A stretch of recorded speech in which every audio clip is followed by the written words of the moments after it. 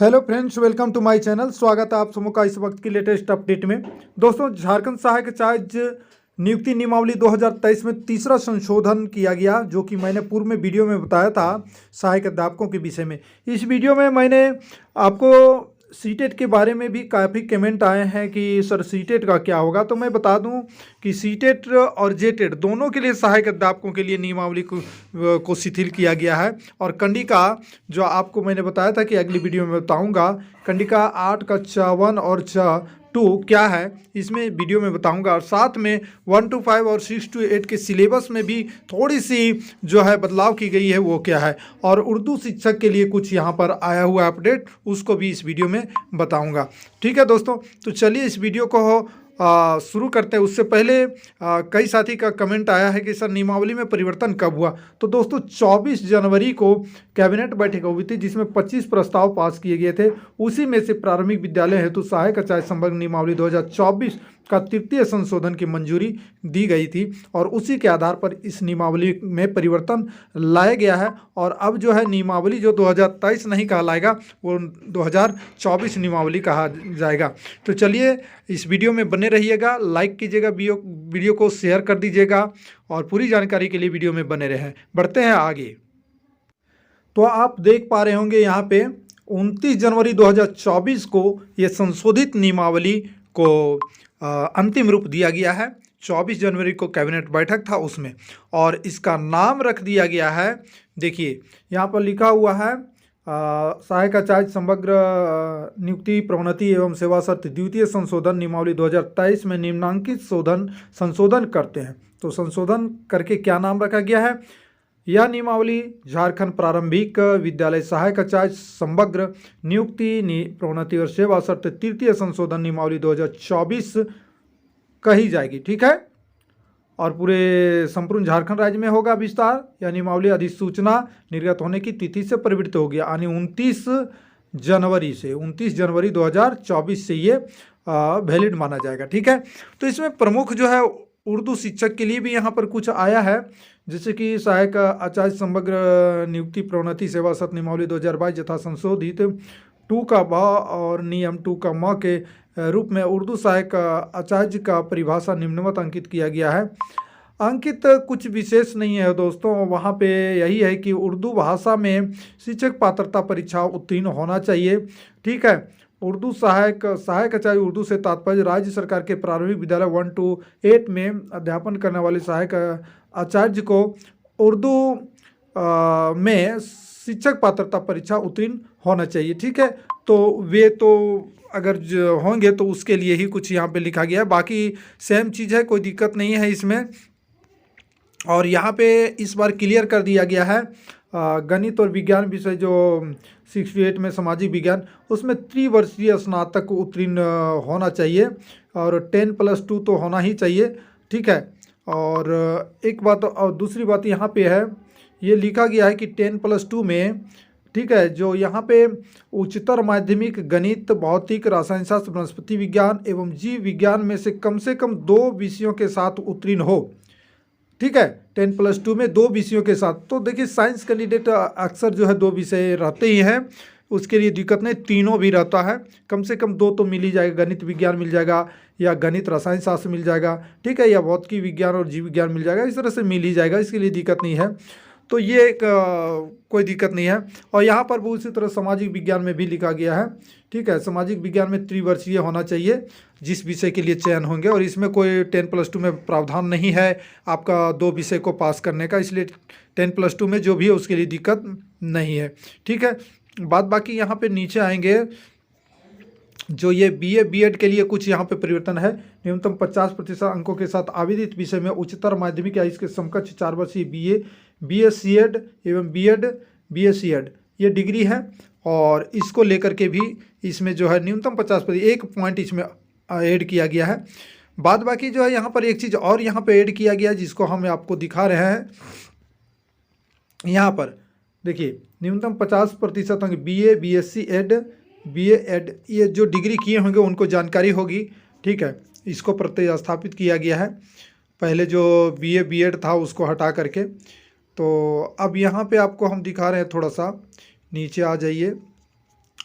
नियमावली में कहीं कहीं पे से तो थोड़ा थोड़ा क्लियर हम बता रहे हैं आपको डिटेल से, और कोई ख़ास तो यहाँ पे नहीं है जो कि मैं नीचे आ रहा हूँ। देखिए इसमें आप देखेंगे कुछ जो है वीडियो डाला गया है यूट्यूब में, जिस पर आप घबराएं नहीं। जो सिलेबस पूर्व में था 1 to 5 और 6 to 8 का, वो सिलेबस जो फॉर्म भर चुके हैं उनके लिए कोई दिक्कत नहीं है। वो सेम यही सिलेबस आपका रहेगा, 300 नंबर और 100 नंबर हर्ता वाला, ठीक है। ये नन पारा के लिए है, सेम यही रहेगा। लेकिन अभी आपने देखा होगा कि यूट्यूब में डाला हुआ वीडियो है जिसमें बताया गया होगा, वो उसके लिए यहाँ पे हम आपको बता रहे हैं।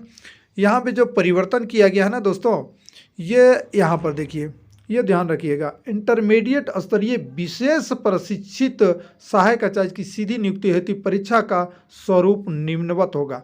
यह अंतः स्थापित किया गया है, नियमावली में एक अंक जोड़ा गया है। विशेष प्रशिक्षित सहायक आचार्य विशेष शिक्षा यानी समावेशी शिक्षा, जैसे विकलांग वगैरह का होता है, ठीक है, उसमें अगर है तो उसमें के लिए एक ठो देखिए समावेशी शिक्षा के लिए यहाँ पे जोड़ा गया है। बाल विकास एवं शिक्षा शास्त्र को लेकर विशेष एवं समावेशी शिक्षा के संदर्भ में 50 अंक अधिक उनको देना पड़ेगा। सामान्य ज्ञान 50 अंक देना पड़ेगा।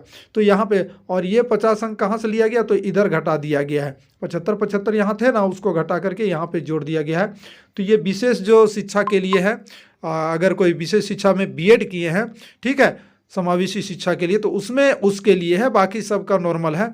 उसी तरह से 6 to 8 में यहाँ पर देखिएगा, यहाँ पर देखिए स्नातक स्तरीय विशेष प्रशिक्षित सहायक आचार्य की सीधी नियुक्ति हेतु परीक्षा का स्वरूप इस तरह से होगा, जिसमें से यहाँ पे जो है सामान्य ज्ञान में पेपर थर्ड में 50 अंक और 50 अंक बाल विकास से, जिसमें विशेष एवं समावेशी शिक्षा के अंतर्गत 100 अंक तो पूर्व में निर्धारित अंकों में कोई परिवर्तन नहीं है।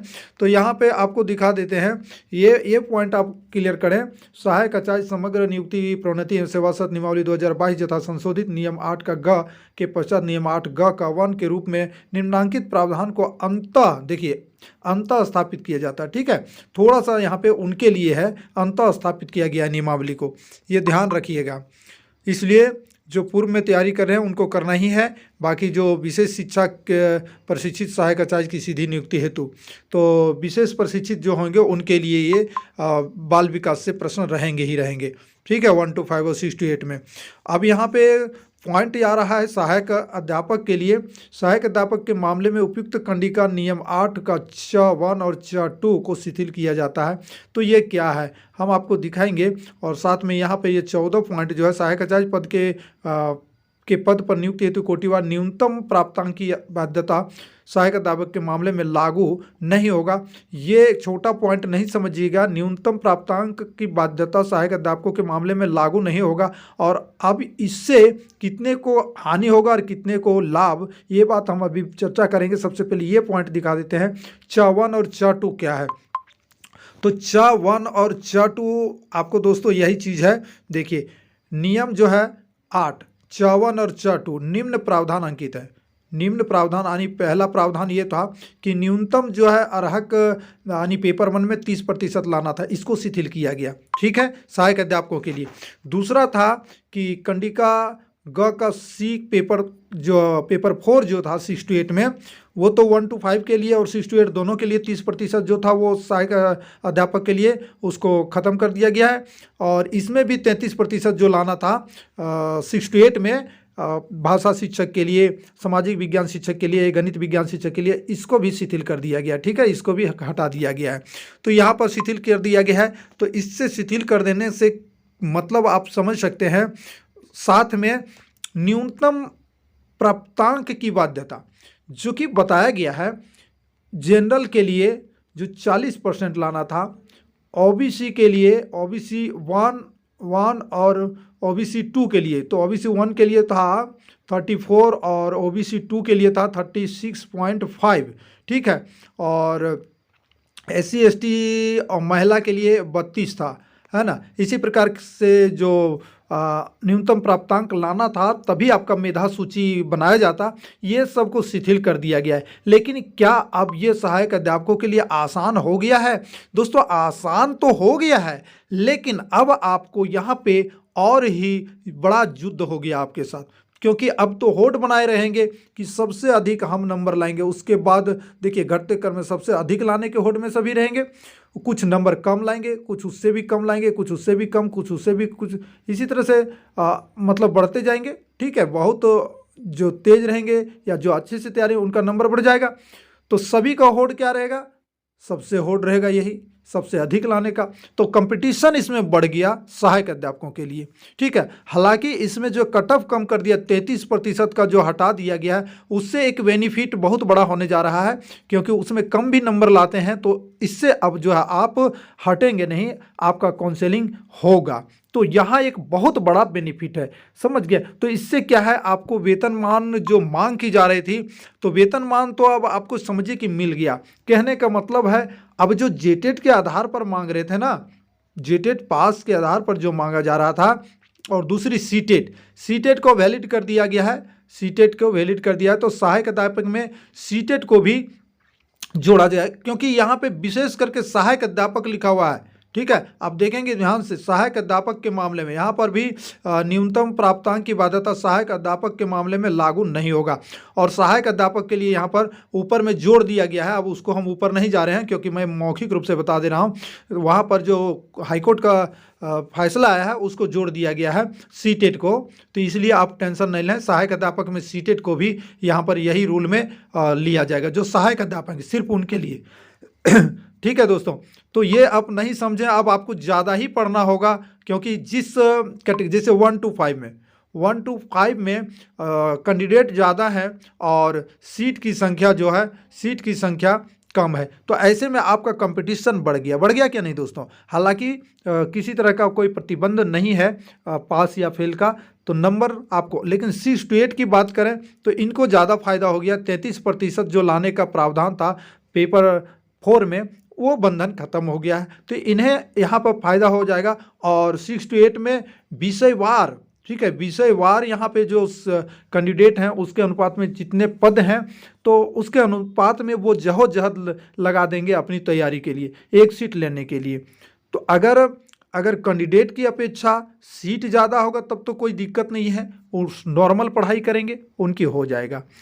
तो सीटेट और जेटेट दोनों, जेटेट और सीटेट पास, ठीक है, जो सहायक अध्यापक है उनके लिए, क्योंकि कमेंट आया था आपका कि सर सीटेट का क्या होगा, तो सीटेट पास सहायक अध्यापकों के लिए भी यहाँ पे एक ये खुशखबरी कह सकते हैं। तो वीडियो को अधिक से अधिक लाइक कर दीजिएगा, शेयर कर दीजिएगा, चैनल पर नए होंगे तो सब्सक्राइब कर लीजिएगा। आगे लेटेस्ट अपडेट जहाँ भी आवश्यकता पड़ी हमको आप तक पहुँचाने का जरूर पहुँचाएंगे। जय हिंद, वंदे मातरम।